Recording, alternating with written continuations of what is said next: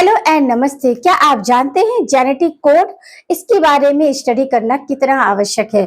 मुझे ऐसा लगता है कि इसके नॉलेज से हमारा बायोलॉजी जो फील्ड है वो बहुत स्ट्रांग हो सकता है और इससे यह फायदा होगा कि हम लिविंग ऑर्गेनिज्म के डेवलपमेंट के और उनके जेनेटिक स्पेशल कैरेक्टर्स के बारे में भी बहुत अच्छे से समझ सकने में सक्षम हो सकते हैं। मेरा नाम है शालिनी राव, मैं डिजिटल बायोलॉजी साइंस की डिजिटल रचयिता हूँ। आपको हमारा वीडियो पसंद आए तो लाइक करें, शेयर करें, साथ ही सब्सक्राइब करें। साथ ही बेल आइकन के बटन को प्रेस करना ना भूलें, जिससे कि आपको न्यू वीडियो की नोटिफिकेशन मिलती रहे। तो गाइस स्टार्ट करते हैं। हम ये सीरीज हमारी क्या है कि हम क्विक रिवीजन करेंगे, कुछ मिनटों में ही हम एक बेहतर कंसेप्ट को क्लियर करने की कोशिश करेंगे। तो आज हमारा इस सीरीज में क्या आ रहा है, जेनेटिक कोड। जेनेटिक कोड एक आपका इंपॉर्टेंट टॉपिक है, किसका? आपका बायोलॉजी का, और ये जेनेटिक पोर्शन में इंक्लूड होता है। तो ये इस तरह जरूरी है कि हमें जनरेशन टू जनरेशन किस तरह कोडिंग होती है, ये सारी नॉलेज हमें इसी के थ्रू मिलती है। तो यहाँ पर जेनेटिक कोड के बारे में कुछ इंपॉर्टेंट इंफॉर्मेशन जो कि आपके क्वेश्चन भी बनते हैं मेडिकल से रिलेटेड, चाहे जितने भी आपके कॉम्पिटिटिव एग्जाम है सभी में आपका जेनेटिक कोड से क्वेश्चन न बने ऐसा पॉसिबल नहीं है। तो ये एक इम्पॉर्टेंट कंसेप्ट है जो आप विथ ट्रिक समझने जा रहे हैं। तो स्टार्ट करते हैं। जेनेटिक कोड, जेनेटिक कोड को हम मोस्टली कोडॉन भी बोलते हैं। क्या बोलते हैं? कोडॉन। अब जो पहले एक कोडॉन होता है उसमें क्या होता है, 3 न्यूक्लियोटाइड। कोडॉन क्या है? आपके न्यूक्लियोटाइड की सीरीज होती है। 3 कोडॉन, आपके एक कोडॉन में आपके 3 न्यूक्लियोटाइड्स होते हैं और एक अमाइनो एसिड होता है। हम सिंपल लैंग्वेज में ये कह सकते हैं कि जो कोडॉन है, single one codon single one amino acid को डेरिवेट करता है। और आपका न्यूक्लियोटाइड कितने होते हैं? एक से ज्यादा 3 होते हैं। ये सिंपल है कि आपका जेनेटिक कोड, इसे कोडॉन भी बोलते हैं। और वन कोडॉन में आपके 3 न्यूक्लियोटाइड्स और एक अमीनो एसिड एसोसिएट रहता है। टर्म किसने दिया था जेनेटिक कोड? तो टर्म दिया था आपका गैमरू। गैमरू वैज्ञानिक ने इसका टर्म दिया था। ये साइंटिस्ट थे जिन्होंने जेनेटिक कोड का टर्म को क्या किया था? डिस्कवर किया था। डिस्कवरी कहेंगे या फिर जेनेटिक कोड की डिस्कवरी कहेंगे या क्रैकिंग कहेंगे, क्वेश्चन ऐसे बनते हैं। या फिर आप कहेंगे डाइसिफेरिंग। डाइसिफेरिंग, क्रैकिंग या डिस्कवरी जेनेटिक कोड की किसने किया था? ये देखिए पर्टिकुलर एक साइंटिस्ट ने नहीं किया था, 3 साइंटिस्ट हैं जिन्होंने मिलके इस पर काम किया था आपके जेनेटिक कोड पर। कौन से? नीरनबर्ग, मैथी और हरगोविंद खुराना। ये तीनों साइंटिस्ट को क्रेडिट मिलता है आपका डिस्कवरी ऑफ जेनेटिक कोड का। कौन कौन है आपके? नीरनबर्ग है, मैथी है, हरगोविंद खुराना। तो कहीं भी आपको अगर ऑप्शन में ये तीनों साइंटिस्ट लिखे हैं और आपका ऑप्शन ए, ऑप्शन बी और आपके लास्ट में ऑल ऑफ दीज लिखा है, तो आपका आंसर क्या होगा? और अगर कहीं 4 डिफरेंट साइंटिस्ट का नाम लिखा है, केवल हरगोविंद खुराना, अदर आपके नीमेंस नहीं मिल रहे हैं, आपके मेथी नहीं मिल रहे, तो आप क्या करोगे? केवल हरगोविंद खुराना को लगाओगे। और जब एक साथ तीनों मिल रहे हैं तो आपको तीनों को ही क्या करना है? टिक करना। क्योंकि क्वेश्चन किस तरह फ्रेम होगा ये तो एग्जामिनर के माइंड पर सेट करता है कि उसने किस माइंडसेट से एग्जाम बनाने का पैटर्न रखा है। अब आता है आपका cell free system of proton synthesis. Proton synthesis होती है ये भी पता है हमें। Cell free system proton synthesis का किसने किया था? नीरनबर्ग। ये सिस्टम भी किसने डिस्कवर किया था? नीरनबर्ग साइंटिस्ट ने। अब ये होता क्या है? अब ये देखिए आपके क्या, ट्राइकोडॉन, यानी कि 3 कोडॉन यहाँ पर लिए हैं। तो ये क्या है? आपके एरोमेटिक अमाइनो एसिड्स क्या होते हैं इसमें? इसे पार्टिसिपेट होते हैं एरोमेटिक अमाइनो एसिड। अब ये क्या है? सर्वो ओका। सर्वो ओका एंजाइम से किसमें मिलता है? ट्रिपलेट कोडोन में देखने को आपको मिलता है। यही आपका क्या करता है? सेल फ्री प्रोटीन सिंथेसिस के लिए भी रिस्पॉन्सिबल होता है, जिसे नीरनबर्ग ने डिस्कवर किया था। अब ये जो ये सर्वो ओका एंजाइम है, इसमें क्या होता है? आपका पॉलीन्यूक्लियोटाइड फास्फोरिलेशन की एक्टिविटी होती है, जिससे कि यहाँ प्रोटीन सिंथेसिस पॉसिबल हो पाती है। समझ लगा आपको कि जो कोडॉन है उसी को जेनेटिक कोड बोलते हैं। एक कोडॉन में आपका क्या होता है? 3 न्यूक्लियोटाइड होते हैं और साथ ही एक अमाइनो एसिड होता है। हमेशा आपको याद रखना है कि amino acid, single amino acid single codon के साथ ही एसोसिएट करता है। इसको टर्म किसने दिया था? गैमरो साइंटिस्ट ने किया था। और डिस्कवरी पूछा जाए आपसे, या क्रैकिंग पूछा जाए, या फिर डिफायरिंग पूछा जाए, तो ये आपके एक से ज्यादा साइंटिस्ट ने इस पे काम किया है। तो आपका हरगोविंद खुराना है, मेती है, और आपका नीरेनबर्ग, ये तीनों ने क्या कहा करा, आपका जेनेटिक कोड पे काम किया था। फिर आता है cell free system of protein synthesis, इसको भी डिस्कवर करने का श्रेय जाता है नीरेनबर्ग को। इसमें क्या होता है, 3 कोडॉन्स होते हैं, तो आपके जो अमीनो एसिड की स्ट्रक्चर कैसा हो जाता है, एरोमेटिक, एरोमेटिक रिंग, जो हमने कहाँ पढ़ी थी केमिस्ट्री में, ऑर्गेनिक केमिस्ट्री में हम एरोमेटिक और आपका ये सारा पढ़ते, तो ऐसा अमीनो एसिड यहाँ पर देखने को मिलता है।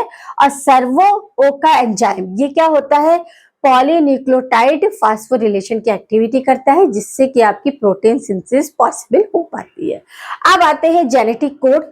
मोस्टली जेनेटिक कोड जो होते हैं वो 64 टाइप के देखने को मिलते हैं। कितने टाइप के, 64।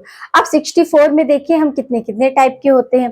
तो 64 में आपके 61 जो सेंस कोड होते हैं, यानी कि ये जो होते हैं सेंस कोड होते हैं, इनसे हमारा क्या होता है, जो कोडिंग होता है वो सेंसफुली होता है। और आपके 3 जो होते हैं वो नॉनसेंस कोडिंग होता है। क्या होता है, नॉनसेंस कोडिंग के लिए रिस्पॉन्सिबल होते हैं। तो आपको याद रखना है जेनेटिक कोड मोस्टली 64 कोडॉन के देखने को मिलते हैं, जिसमें कि आपके 3 जो होते हैं वो नॉनसेंस कोडिंग को आइडेंटिफाई करते हैं, जबकि आपके 61 जो कोडॉन है वो सेंस कोडॉन को कैरी करते हैं। अब जो 3 नॉनसेंस कोडॉन है, इन्हीं को क्या बोलते हैं, स्टॉप कोडॉन भी बोलते हैं, या फिर टर्मिनेशन कोडॉन भी बोलते हैं। क्या बोलते हैं, आपको अगर नॉनसेंस कोडॉन की जगह अगर टर्मिनेशन कोडॉन पूछा जाए तो भी आपका आंसर यही होगा, या फिर आपका क्या कहा जाए, स्टॉप कोडॉन, तो भी आपका आंसर यही होना चाहिए। अब इसमें आते कौन कौन से, देखो ऑरे आता है, यानी कि OCHE, ओरे, ये क्या होता है आपका, आपका यूरेसिल, और आपका एमाइन और एमाइन, ये क्या है, UAA होता है। क्या होता है, न्यूक्लिक एसिड के सब पता है ना, नाइट्रोजन बेस।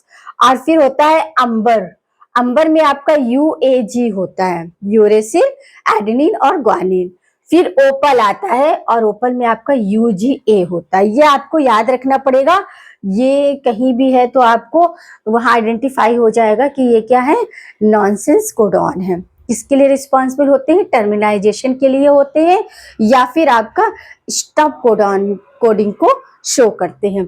तो ये आपको याद रखना है। ओके, UAA आपका यूरेसिल, एडेनिन, एडेनिन। अंबर जो है आपका यूरेसिल, एडेनिन, ग्वानिन। और उपल क्या है आपका, यूरेसिल और आपका ग्वानिन और आपका एडेनिन। समझ आया। फिर आपके स्टार्ट कोडोन, अब स्टार्ट कोडोन आपके यूकैरियोट और प्रोकैरियोट में डिफरेंट डिफरेंट होते हैं। यूकैरियोट में हम पहले देखेंगे कि यूकैरियोट में जो होता है AUG, यानी कि एडेनिन, ग्वानिन, और एडेनिन, यूरेसिल और ग्वानिन, ये आपके देखिए, ये हमेशा कोडॉन कैसे होते, मीथेनेन होते, कैसे होते, मीथेनॉइन होते हैं, यानी कि सल्फर कंटेनिंग अमाइनो एसिड को शो करते हैं। किसको शो करते हैं, सल्फर कंटेनिंग अमाइनो एसिड। अभी हमने देखा था कि एक कोडॉन जो है एक अमाइनो एसिड को वेरीफाई करता है, वहीं पे हमने क्या देखा कि जो 3 ट्रिपलेट कोडॉन है वो क्या करते हैं, एरोमेटिक अमाइनो एसिड को कैरी करते हैं। अब आया आपका क्या, कि आपका यूकैरियोट में क्या है, आपका एडेनिन, ग्वानिन और आपका यूरेसिल, ये क्या करता है, आपका हमेशा हमेशा कौन सा कोडॉन आपका यूज कर रहा है, आपका मीथेनॉन कर रहा है, और जिसमें आपका क्या होता है, सल्फर कंटेनिंग अमाइनो एसिड देखने को मिलता है। अब हम देखेंगे कि हमारा जो प्रोकैरियोट है, प्रोकैरियोट में किस तरह के आपके स्टार्ट कोडॉन देखने को मिलते हैं। तो AUG और GUG 2 तरीके का होता है। तो पहले हम AUG को देखेंगे। AUG क्या है, आपका कोडॉन ऑफ फार्मुलेटेड, ये क्या है, फार्मुलेटेड मीथेनॉइन होते हैं। कैसे होते हैं, फार्मुलेटेड मीथेनॉइन होते हैं। और जो GUG यानी कि ग्वानिन, यूरेसिल ग्वानिन, ये फर्दर डिवाइड हो जाते हैं 2 टाइप में। एक normally codon for valine, valine के साथ कोडॉन करता है, और दूसरा जो होता है also act as start codon, codon for methionine, ये किसके साथ करता है, मीथेनॉन के साथ। समझ लगा आपको कि स्टार्ट कोडॉन क्या है आपके, और जेनेटिक कोडॉन 64 टाइप होते हैं, जिसमें कि आपके 61 जो होते हैं वो सेंस कोडॉन होते हैं, 3 जो होते हैं वो नॉनसेंस कोडॉन होते हैं, या टर्मिनेट कोडॉन बोलते हैं, या स्टॉप कोडॉन बोलते हैं। और इनको हमें याद रखना है कि अंबर है, ओपल है और आपका यूले है। इसी तरह आपका स्टार्ट कोडॉन जो है, यूकैरियोट में दो तरीके के, एयूजी और जीयूजी। एयूजी कोडॉन जो होता है फार्मुलेटेड होता है मीथेनॉन का, जबकि जीयूजी फर्दर डिवाइड होता है। नॉर्मली कोडॉन वैलिन के साथ कोडॉन करता है या फिर एक्ट एज स्टार्ट कोडॉन किसके साथ, आपका मीथेनॉन के साथ। और वही आपका यूकैरियोट्स है, वहां पर क्या है, आपका एयूजी है, ऑलवेज कोडॉन फॉर क्या, मीथेनॉन और सल्फर कंटेनिंग अमाइनो एसिड यहाँ पर इनके साथ अटैच होता है। अब आपको अमाइनो एसिड का ज्यादा डिटेल देखना है तो आपको बायोमोलिक्यूल्स के वो देखने पड़ेंगे वीडियोस, उसमें मैंने बिल्कुल आपको सल्फर कंटेनिंग, कार्बन कंटेनिंग सारे आपके जितने भी आपके अमाइनो एसिड है वो सारे वहां डिस्क्राइब किए हैं। अब हम देखेंगे कि हमारा फीचर्स क्या होते हैं, किसके जेनेटिक कोड के फीचर्स क्या होते हैं। हमेशा क्या है, ये ट्रिपलेट होते हैं, कभी भी आपको पेयर में नहीं मिलेंगे, ये कैसे मिलते हैं, ट्रिपलेट होते हैं। फिर दूसरा होता है कॉमनलिज्म, क्या होते हैं, कॉमन लेस होते हैं, इसमें कॉमा बीच में नहीं लगता, जैसे कि हमने यहाँ लिखा यू जी यू, तो यहाँ बीच में कॉमा नहीं लगता है, क्या, कॉमा नहीं लगता, कॉमा लेस होते हैं, कॉमा लेस होते हैं। और फिर इसके बाद क्या है, यूनिवर्सल होते हैं, कि भाई इनको हम ना आर्टिफिशियल नहीं कर सकते, इनको हम मैनेज नहीं कर सकते, ये यूनिवर्सल लिविंग ऑर्गेनिज्म में पहले से ही दिखते हैं हमें। कैसे होते हैं, यूनिवर्सल होते हैं, यूनिवर्सल होते हैं। तो ये कैसे रहते हैं कि इनको एक्सेप्ट नहीं कर सकते, जैसा है वैसा ही आप इसे लेंगे। फिर आता है स्पेसिफिक होते हैं, स्पेसिफिक हुए इसीलिए तो आपके इनका हैंडल किए जाते हैं कि ये आपके सेंस कोडॉन है, नॉनसेंस कोडॉन है, तो स्पेसिफिक है। नॉनसेंस में आपका कौन आ रहा है, अंबर है, अब इसको हम सेंस और कोडॉन में नहीं लगा सकते, क्यों, क्योंकि स्पेसिफिक है, स्पेसिफिक वहां पर वेरिएट कर दिया गया है कि ये कैसा है, आपका टर्मिनेट कोड है। फिर आता है आपका डी जनरेसी, यानी कि इनको डिजनरेट नहीं किया जा सकता है। तो ये कुछ कॉमन फीचर्स थे किसके, आपके जेनेटिक कोड के। जेनेटिक कोड एक इम्पॉर्टेंट आपका कह सकते हैं टर्म है और एक इम्पॉर्टेंट कंसेप्ट है जिसे क्लियर होना बहुत जरूरी है, क्योंकि बच्चे जेनेटिक्स को ज्यादा आपका इंटरेस्ट वे में पढ़ने की कोशिश नहीं करते हैं। क्यों, क्योंकि उन्हें ये थोड़ा सा टफ लगता है। क्यों टफ लगता है, क्योंकि इसमें आपके एलियस होते हैं और आपका रिसेसिव होते हैं, इस वजह से उन्हें थोड़ा क्या लगता है, लॉ वगैरह है, तो इन्हें लगता है कि जेनेटिक्स जो है इसके न्यूमेरिकल भी पूछे जाते हैं, तो इस वजह से बच्चे क्या करते हैं, इसको केवल जितना आपका को भी आपकी कॉम्पिटिटिव एग्जाम है उसमें कितने मार्क कैरी करते हैं उस हिसाब से, मतलब 11th-12th में भी जेनेटिक्स को क्या करते हैं, ज्यादा सीरियसली नहीं लेते, क्योंकि उन्हें लगता है कि इसके क्वेश्चंस तो हमारे रॉन्ग ही होंगे। रॉन्ग नहीं होंगे अगर आपका हर कंसेप्ट क्लियर होगा। तो कोशिश करिए कि कंसेप्ट को क्लियर करिए। कंसेप्ट कैसे क्लियर होगा, जब आपने बकायदा स्टडी किया होगा, रेगुलर वे में किया होगा और चीजों को समझने की कोशिश की होगी। माना कि बायोलॉजी रटने का सब्जेक्ट कहा जाता है, या फिर कई लोगों की ये थिंकिंग है कि भाई मैथ्स नहीं लिया क्योंकि बायोलॉजी तो रट के काम चल, ऐसा नहीं है। बायोलॉजी में भी बहुत कंसेप्ट है जिनको आप समझ सकते हैं, केवल रटने वाली चीजें ही आपको रटनी पड़ेगी, बाकी आप कंसेप्चुअल याद करेंगे, कंसेप्चुअल किसी चीजों को समझ अंडरस्टैंड होने की कोशिश करेंगे तो चीजें इजी होती चली जाएंगी। और जब चीजें इजी होती चली जाती हैं तो आपका सब्जेक्ट में इंटरेस्ट भी अपने आप बढ़ने लगता है। तो इंटरेस्ट पैदा करने के लिए क्या करना पड़ता है कि उस सब्जेक्ट को टाइम देना पड़ता है। तो आप बायोलॉजी के कुछ बच्चों का क्या हैबिट रहता है कि जो टॉपिक उन्हें अच्छे से आते हैं उनको ही ज्यादा पढ़ते हैं, ऐसा नहीं है, क्योंकि पेपर तो आपका सभी टॉपिक से बनेगा। हाँ, कोई कम मार्क को कैरी कर रहा है, कुछ अधिक मार्क को कैरी कर रहे हैं, तो जो अधिक मार्क को कैरी कर रहे हैं, जैसे फॉर एग्जांपल कॉम्पिटिटिव एग्जाम के जो स्टूडेंट होते हैं ना, वो मोस्टली एनिमल किंगडम या प्लांट किंगडम, बस ये दो पढ़ लिए, उनका टीजीटी पीजीटी क्लियर हो गया, ऐसा नहीं है। उससे भी क्वेश्चन बनते हैं, मगर आपको फिजियोलॉजी भी देखनी पड़ेगी, ह्यूमन फिजियोलॉजी भी, कुछ को ये बहुत टफ लगता है, ह्यूमन फिजियोलॉजी भी आपको देखनी पड़ेगी, आपको जेनेटिक्स वाला पोर्शन भी देखना पड़ेगा, आपको सभी देखना पड़ेगा। बस यही प्रॉब्लम होती है कि जो हमें टॉपिक अच्छे लगते हैं हम उनको ज्यादा टाइम देते हैं, और फिर जो टाइम जिनको कम देते हैं क्योंकि उनमें हमें इंटरेस्ट है नहीं है और हम उन्हें और भी कम पढ़ रहे हैं, तो उनमें चीजें क्लियर नहीं हो पाती और बच्चे को बहाना मिल जाता है कि ये टॉपिक कभी मुझे अंडरस्टैंड हुआ ही नहीं, कभी मुझे समझ ही नहीं आया। तो उसका रीजन यही होता था कि आपने उसमें टाइम नहीं दिया।